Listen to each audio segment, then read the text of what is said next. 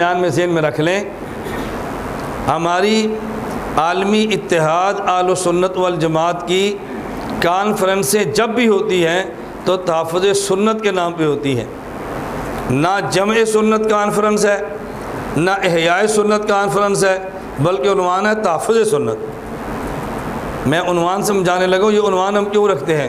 اس کی وجہ، جب اللہ کے نبی کی سنتیں دنیا میں پھیل گئیں تو جمع امام اعظم ابو حنیفہ نے فرمائی، اور جب دنیا میں سنت حضور پاک کی مردہ ہو گئی تو زندہ حضرت مولانا الیاس رحمۃ اللہ علیہ کی تبلیغی جماعت نے فرمائی، اور جب سنتوں پر اعتراض آنے شروع ہو گئے تو سنتوں کا تحفظ عالمی اتحاد اہل سنت والجماعت نے کیا ہے۔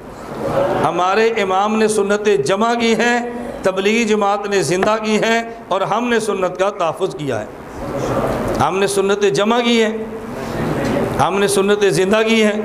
ہمارا کام کیا ہے؟ سنت کا تحفظ کرنا۔ میں کہتا ہوں کہ دیوبندی و حنفی تمہیں مبارک ہو، سنت جمع بھی آپ کے امام نے کی ہیں، اور سنت زندہ بھی آپ کی جماعت نے کی ہے، اور سنتوں کا تحفظ بھی اللہ نے آپ کی جماعت سے لیا ہے۔ یہ اللہ کا احسان ہے نا۔ اور میں پہلے بھی آپ سے کہا تھا، آپ کو یاد ہو، میں بات کہہ دیا کرتا ہوں، عقیدت مند خوش ہوتے ہیں اور جو پریشان ہوتے ہیں وہ تھوڑے سے اور ہوتے ہیں، اور فرق کچھ بھی نہیں کرتا۔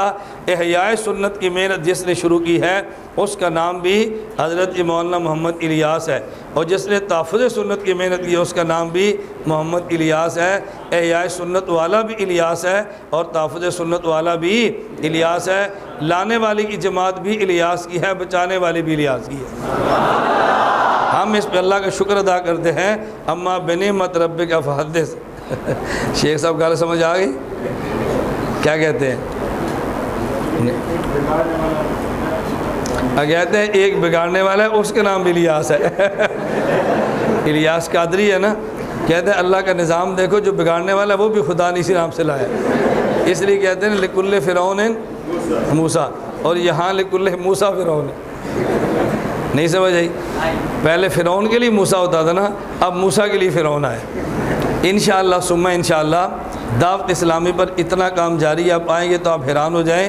دعوت اسلامی کا لٹریچر اتنا ہم نے جمع کیا ہے کہ شاید سارا دعوت اسلامی کے پاس بھی نہ ہو، اتنی محنت سے لٹریچر جمع ہوا ہے۔ اس پہ کام شروع ہے، انشاءاللہ دعوت اسلامی کا تحقیقی جائزہ بھی چھپ جائے گا انشاءاللہ۔ میں نے آپ سے کئی بار کہا نا، دیوبند والوں کو گلہ نہیں رہے گا کہ فلاں فتنہ تھا اور اس کا تعاقب نہیں ہوا۔ اللہ نے کچھ سال ہمیں عافیت کے ساتھ زندہ رکھا، ہم ان سارے فتنوں کا علمی انداز میں تعاقب کر کے یہ پورا مال آپ کے ہاتھ میں رکھ دیں گے انشاءاللہ۔ بس آپ دعائیں بھی فرمائیں، اللہ تعالیٰ عافیت بھی دے، اور اللہ تعالیٰ اسباب اور وسائل بھی عطا فرمائے، جو اسباب اور وسائل کو ریڑھ کی ہڈی کی حیثیت ہوتی ہے، اس کے بغیر کام کرنا بڑا مشکل ہوتا ہے۔